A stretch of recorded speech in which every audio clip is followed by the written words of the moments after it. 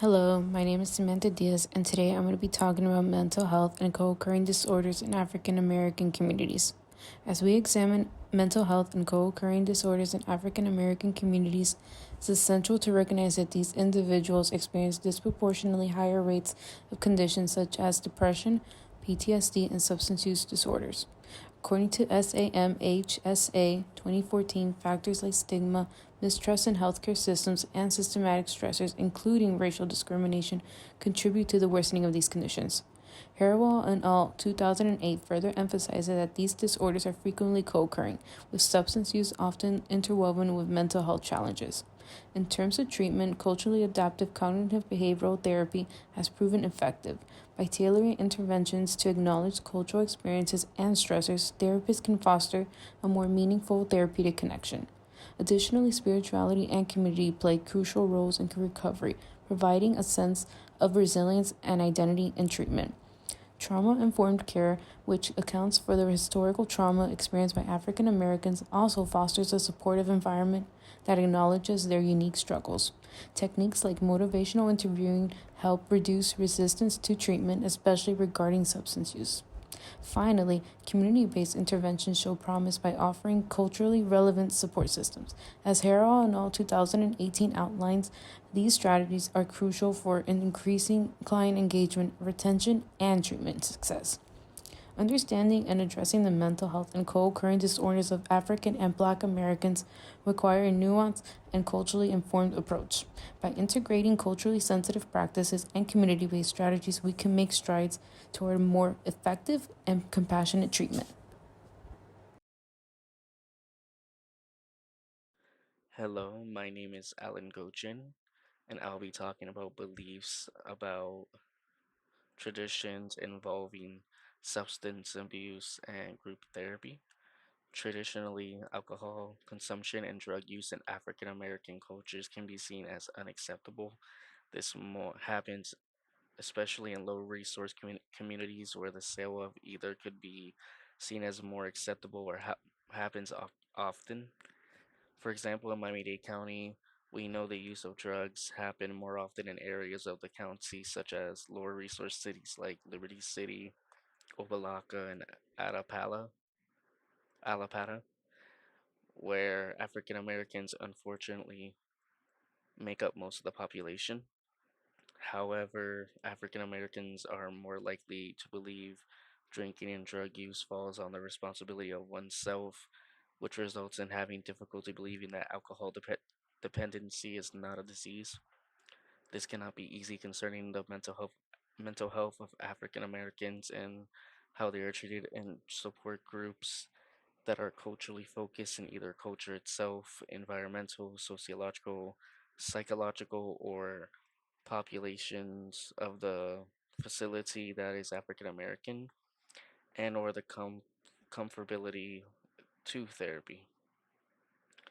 To jump into a more internal look at the organization, um, working on treatment and focusing primarily on group therapy and African American individuals. Group therapy is seen as a valuable process in the treatment process, and speaking in the group is viewed as acceptable because strong vocal communication is seen as a vitality within African traditions. In Miami, culture is the center of the city, and African American and African cultures of different Caribbean descents hold a vocal stance on togetherness with helping others, having a relationship of togetherness within the community when it comes to identity, faith and belief, sociological and environmental factors, just to name a few. However, we find Caribbean Americans can be less comfortable with group therapy as they prefer not to share information with people they do not know.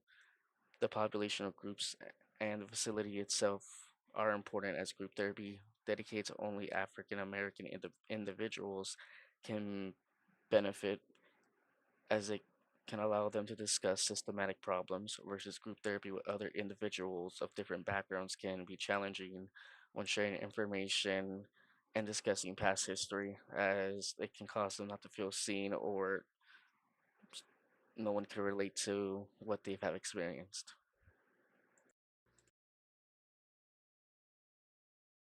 Hello, my name is Desiree Carroll, and for this part of the presentation, we will be talking about treatment issues and consideration and family therapy. Now, as we look through this section, we come to learn that with some African Americans, and up to 50%, they do tend to retract themselves or remove themselves from treatment.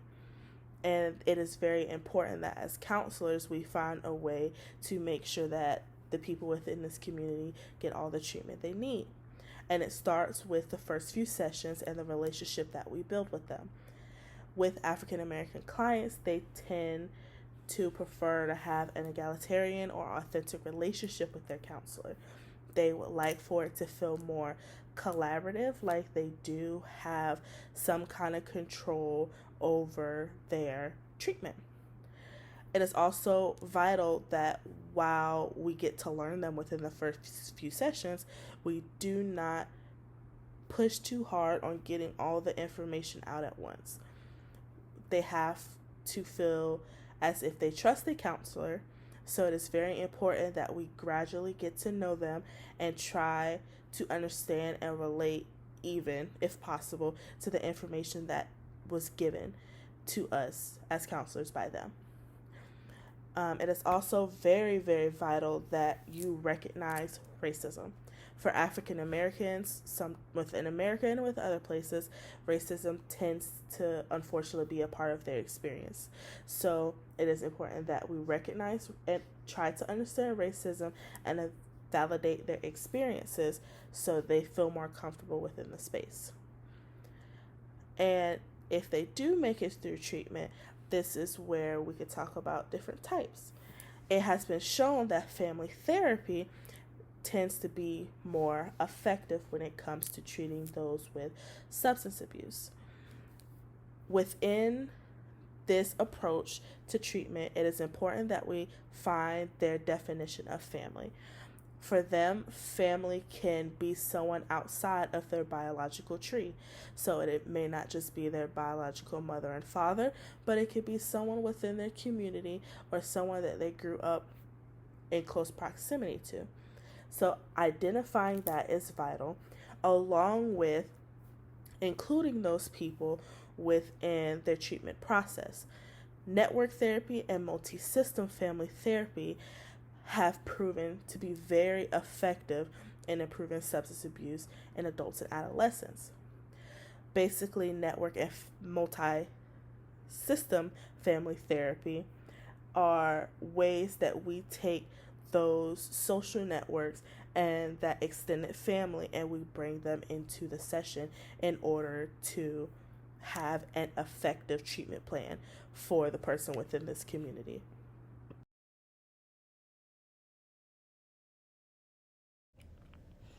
Hello, my name is Noela Remes. In this part of the presentation, we will be talking about beliefs and attitudes about treatment and relapse prevention and recovery within the African American community.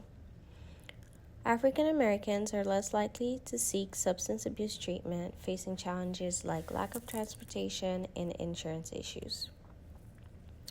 The healthcare system has led African Americans to have deep distrust due to constant mistreatment and discrimination affecting their willingness to engage in treatment. Many African Americans believe that treatment services forces white American values on them, contributing to their reluctance to seek help and participate in therapy. Establishing trust requires using culturally sensitive methods and motivational strategies to engage clients and address their concerns effectively. African American clients show strong engagement in continuing their recovery and are more likely to maintain their sobriety compared to other groups. Research shows that African American men, especially in the VA, are more likely to stay involved in recovery programs and benefits from long-term care. Despite their confidence in their abilities, they may not be aware of the risks and challenges they will face after treatment, such as being exposed to environments with substance use. Counselors need to help clients develop coping strategies, anticipate post-treatment challenges, and provide access to resources like housing and employment to support a lasting recovery, even if they're confident. Hello, I'm Daniela Almager, and I'm going to be talking about traditional healing and complementary methods within the African American community. Although African Americans are less likely to use alternative healing methods than white or Latino Americans, they are more likely to use religion or spirituality as a healing method. Religious institutions such as churches and mosques play an important role in African American treatment and recovery. African Americans have higher religious affiliation compared to other major racial ethnic groups. The African American community tends to reach out to clergy first when faced with personal issues. This is why counselors working with the African American communities should prepare to include religious institutions such as churches in their treatment. Mutual help groups within the African American community. The 12-step approach is not favored in some of the African American community due to its concept of powerlessness. This concept of powerlessness in the 12-step approach is too similar to the powerlessness of discrimination. Because of this, the Black community has changed the mutual help model to empowerment.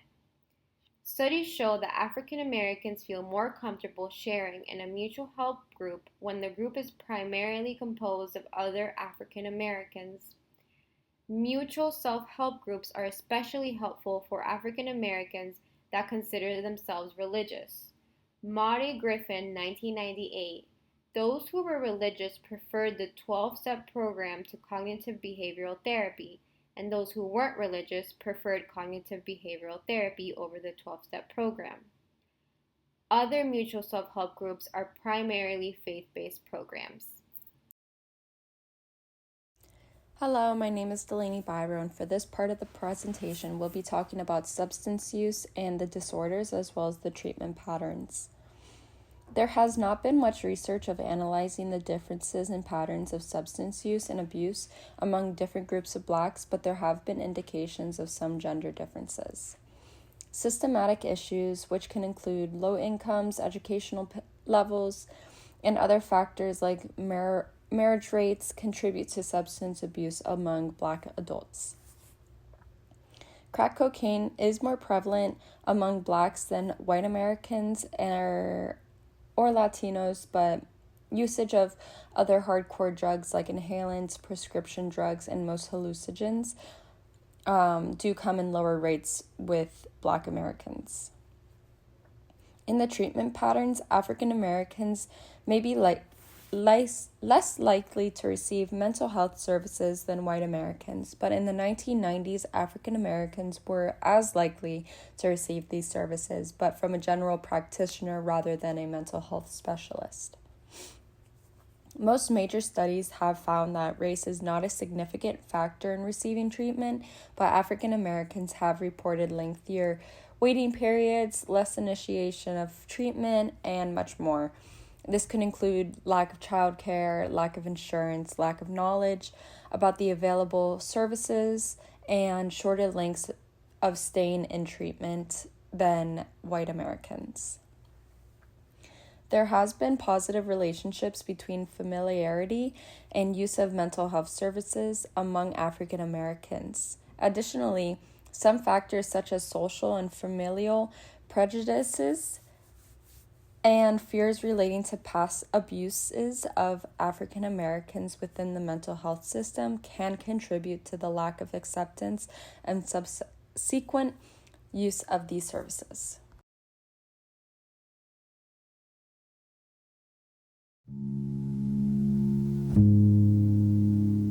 As a Black girl in a racist society, you kind of learn to hate yourself.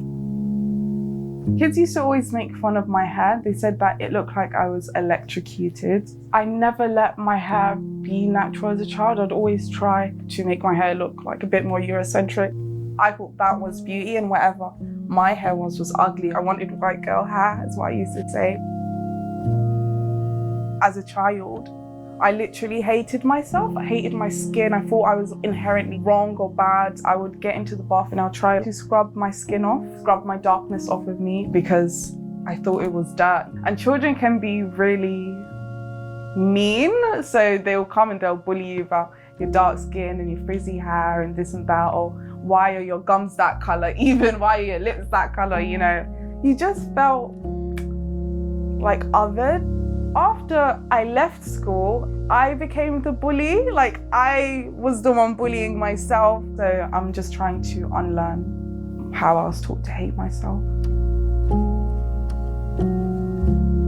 Around 2017, I was invited to LA to attend E3, which is the world's biggest video game convention. And it was around the same time, coincidentally, as Trump's travel ban. And because I was born in Sudan, that automatically meant I was not allowed in the country. I was seen as a threat to the country. And I remember trying to apply for a visa on my phone and being rejected. And I remember sitting there and thinking to myself, everything I've ever worked for, everything I've ever done, everything who I am has been completely negated, demolished based on my race. I remember that fear and that feeling of dejection sticking with me for an entire month, not knowing if I was gonna get that visa or not. Until I got through the embassy, and luckily I did. But the fear, the feeling of sadness, and it never left me, it never will.